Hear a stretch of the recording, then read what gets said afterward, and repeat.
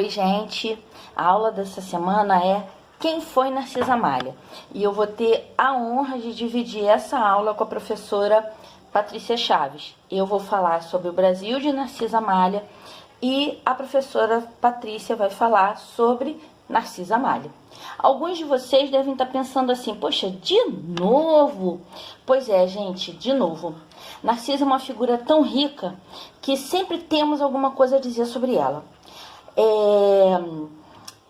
E eu vou deixar para vocês um ensinamento que eu recebi quando eu comecei a trabalhar em Santa Cruz há 30 longos anos, do NOP, que é o Núcleo de Orientação e Pesquisa Histórica de Santa Cruz. Um povo só preserva aquilo que ama. Um povo só ama aquilo que conhece.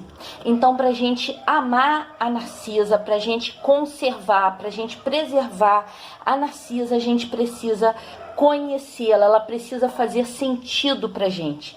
E é isso que nós vamos tentar mostrar para vocês agora.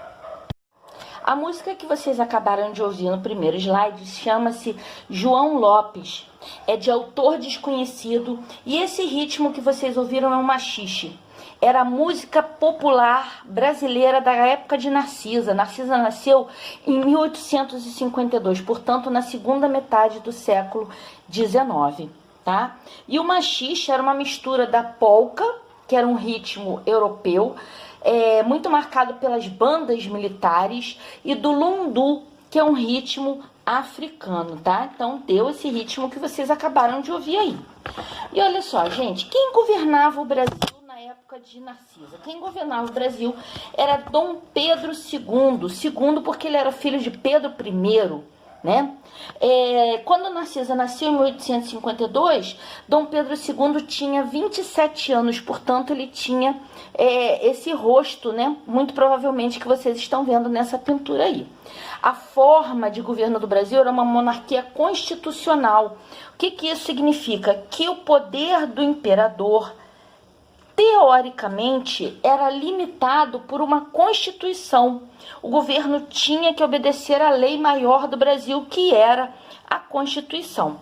E haviam eleições. Nesse tempo, a gente só votava para o poder legislativo, que é aquele que, como vocês já sabem, elabora as leis, tá? Todo mundo podia votar? Não, não era bem assim. Todo mundo podia ser candidato? Não, também não era bem assim. Para se votar, você deveria ser homem, indivíduo do sexo masculino, e ter mais de 25 anos se você fosse solteiro. Se você fosse casado, essa idade caía um pouquinho. Se você fosse militar, padre ou tivesse concluído a faculdade também. Só que para votar, você deveria ter uma renda mínima de 100 mil réis. Se você ganhasse menos que isso, você estava fora das eleições. Você não podia votar. Pela lei, mulheres, índios, escravos e trabalhadores que ganhassem abaixo de 100 mil réis não podiam votar. Isso significa que apenas, naquela época, cerca de 1,5% da população podia votar, tá? Olha só, gente, o governo de Dom Pedro... Ah, sim, esqueci de um detalhe importante. Todo mundo podia ser candidato? Também não. Para você ser candidato a deputado, você teria que ter uma renda mínima de 400 mil réis por ano. E para ser candidato a senador, 800 mil réis por ano. Viu como era difícil? Isso elimina a grande parte do povo que tinha as suas necessidades, os seus desejos, as suas aspirações sociais, os seus direitos totalmente colocados de lado. O governo de Dom Pedro, gente, foi um governo considerado bastante tranquilo. E também um governo onde o Brasil se desenvolveu bastante, as cidades cresceram. O Rio de Janeiro, então, que era a capital do Império na época, começou a ter luz a gás, água encanada, verdadeiros avanços para aquela época, aliás, para a nossa época também. O nosso principal produto econômico era o café, tá? E o dinheiro para essa modernização parte vinha do café. Aliás, o café até hoje é um produto muito importante.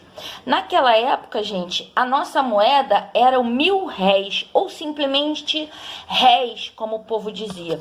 Durante muito tempo foi, olha, essa moeda que eu estou colocando aqui para vocês verem, é de 2.000 réis, ela pertenceu à minha avó. Deixa eu ver se eu coloco aqui mais perto para vocês conseguirem ver.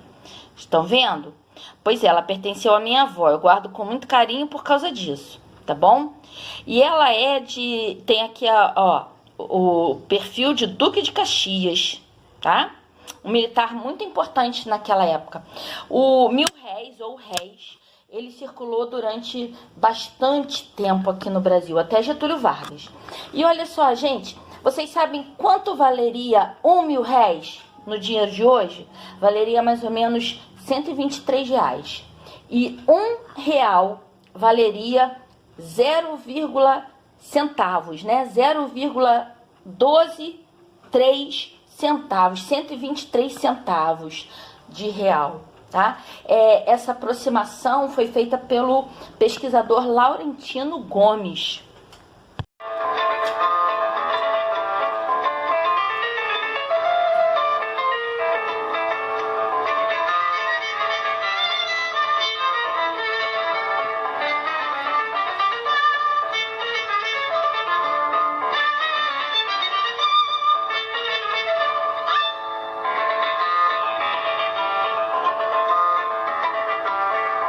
Muito bem, gente, vocês acabaram de ouvir o Corta-Jaca, de Chiquinha Gonzaga.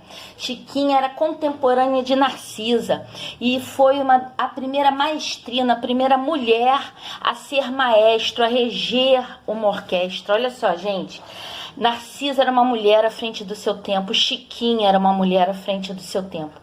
Essa música, o Corta-Jaca, era um machixe, igual ao que a gente ouviu, um ritmo parecido com o que a gente ouviu na abertura do nosso estudo. E falando em café, que era o nosso principal produto econômico, falando da nossa moeda, que era o 1.000 réis, vamos falar de quem trabalhava. Quem trabalhava eram os escravos. Eles eram a principal força de trabalho naquela época. Mas, quando Narcisa nasceu, aliás, 2 anos antes de Narcisa nascer, em 1850, o tráfico negreiro foi proibido. Foi a lei Eusébio de Queiroz. Eusébio de Queiroz era o ministro da Justiça da época, que proibiu o tráfico negreiro. O que é tráfico? É o comércio. Mas a escravidão acabou? Não, ela não acabou. Havia o contrabando de escravos, sim, gente, se contrabandeava, havia o comércio ilegal de seres humanos, de trabalhadores. Além disso, havia o tráfico interno de escravos. Esses escravos vinham de regiões decadentes, economicamente decadentes, para o Rio de Janeiro, para as regiões produtoras de café, para São Paulo, para Minas, para o Sul. Vinham principalmente do Nordeste, tá? E foi nessa época também, gente, que começou a ser introduzido no Brasil um novo trabalhador. Dessa vez ele não era escravo, ele não era negro, ele era branco. Eram os imigrantes, aqueles que vinham da Europa, eram italianos, espanhóis, alemães, portugueses, que sempre migraram para o Brasil em busca de melhores chances de vida. Na verdade, o governo brasileiro fez uma grande propaganda lá fora. E a tentativa de trazer esses trabalhadores, né, europeus para cá, além de suprir a necessidade de trabalhadores por conta da redução da entrada de escravos negros, era também uma tentativa de branquear a nossa sociedade, né? De mostrar que a gente não era escravista, né? De abandonar aquela ideia aos poucos, né? Foi a primeira tentativa de branquear a nossa sociedade, de tornar a sociedade brasileira mais próxima da europeia. Para terminar minha participação nessa aula, gente, eu vou apresentar a vocês a primeira ferrovia do Brasil, que é a Estrada de Ferro Mauá.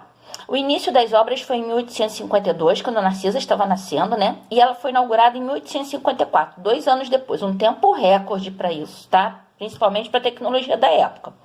Essa estrada de ferro, gente, ligava a cidade do Rio de Janeiro, que era a capital do Império, até a cidade de Petrópolis, que era uma região de veraneio para a família imperial brasileira e para a nobreza brasileira, para os ricos, né?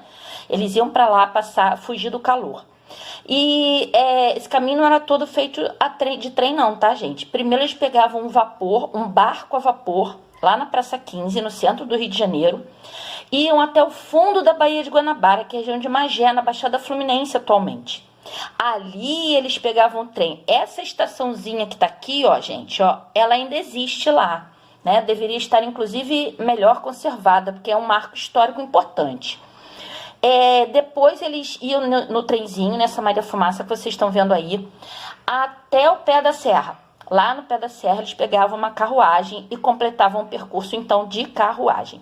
O planejamento dessa ferrovia, gente, era que ela passasse pelo interior do Rio de Janeiro, pelas regiões produtoras de café, e chegasse até Minas Gerais. Esse planejamento ele não foi concluído, mas foi um grande avanço na modernização do país e dos transportes na época, tá? Olha só, gente, essa ferrovia é considerada o primeiro sistema intermodal de transporte. O que isso significa? Que haviam várias modalidades de transporte, vários tipos de transportes diferentes. Primeiro se pegava o navio a vapor, o barco a vapor, depois o trem, depois a carruagem. Vários tipos de transporte. A gente não pega BRT e metrô, BRT e trem, trem, metrô. Isso aqui é intermodal, tá? Pois é. Abaixo a gente vê uma cena da Guerra do Paraguai, que foi um conflito bastante importante que mobilizou o Brasil nessa época, também marcou a nossa história na segunda metade do século XIX. E eu vou terminando por aqui a minha participação. E olha só, gente, antes de terminar, eu tenho alguns agradecimentos a fazer. Ao Edson, esposo da professora Patrícia, que nos ajudou na edição desse vídeo, principalmente na segunda parte, e ao professor Júlio Queiroga, ele é professor de música, de educação musical da Prefeitura do Rio de Janeiro, né, da nossa Secretaria de Educação, com quem eu tive a honra de trabalhar durante muitos anos e que me ajudou na seleção histórica dessas músicas que vocês ouviram aqui. A gente vai terminar com um chorinho atraente de Chiquinha Gonzaga também, né? Narcisa era uma mulher à frente do seu tempo, Chiquinha era uma mulher à frente do seu tempo. Então nós vamos ouvir o choro atraente. Depois do machixe, o chorinho se tornou o gênero popular da música brasileira. Vamos encerrar então com Atraente de Chiquinha Gonzaga.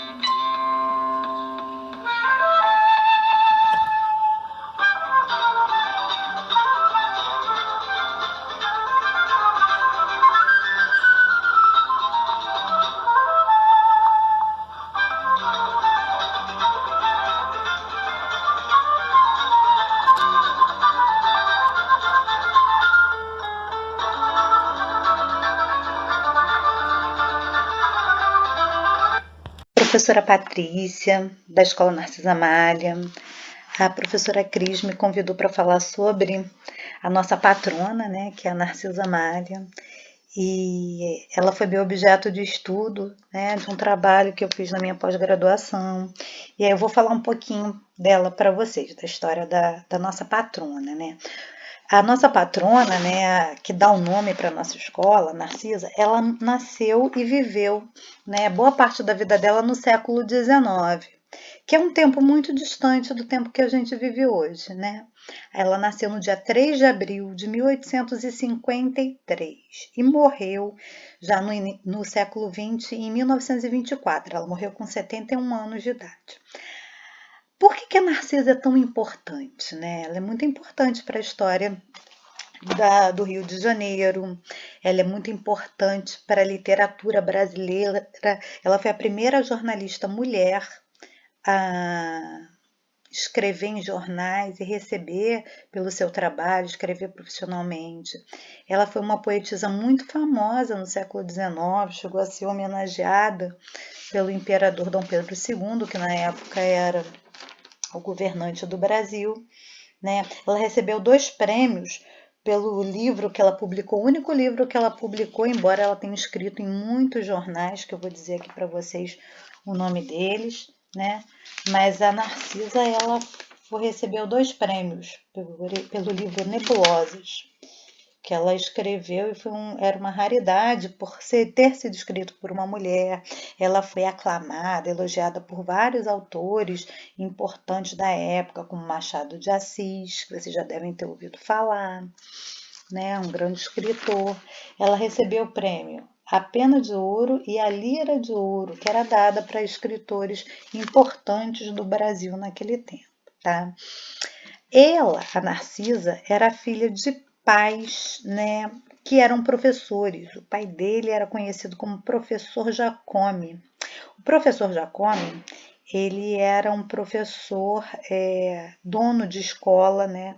E a mãe era Dona Inácia, também era dona de uma escola para mulheres. Naquela época, no século XIX, as mulheres e os homens não estudavam nas mesmas escolas. Na verdade, gente, mulheres e homens não tinham muito acesso à escolaridade, era difícil ir para a escola naquele tempo. Para você estudar, você tinha que ter uma condição de vida melhor, as escolas eram pagas, né?